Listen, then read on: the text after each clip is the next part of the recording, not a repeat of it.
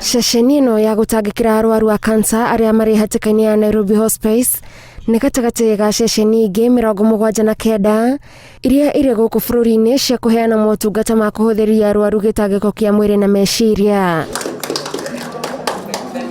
Akĩhingũra ceceni ĩno, First Lady Margaret Kenyatta augĩte bũrũri wa Kenya nĩ ũkoretwo na ũritũ wa kwamũkĩra ceceni ta ici nĩ ũndũ wa mawĩtĩkio megiĩ mĩrimũ ta cancer ĩrĩa rĩmwe yonekaga tarĩ kĩrumi. Taboos, cultural and social barriers that were in the past associated with life-threatening diseases have been replaced by a more progressive and caring attitude.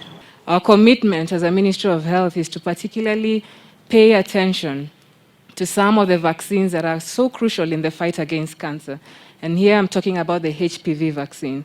This vaccine is available in Kenya. Through the stewardship of His Excellency the President in past UNGA meetings, we've been able to secure dosages for our Kenyan girls. Only about 14,552 Kenyans with cancer access palliative care services annually. And this access becomes more limited among certain groups like children.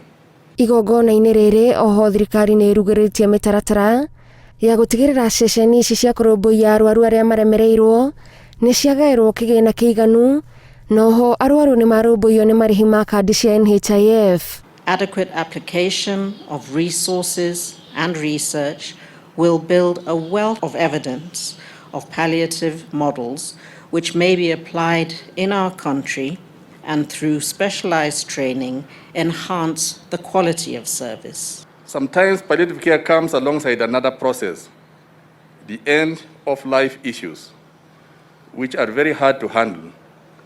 It also comes with physical, psychological, and financial burden that often leaves families in poverty.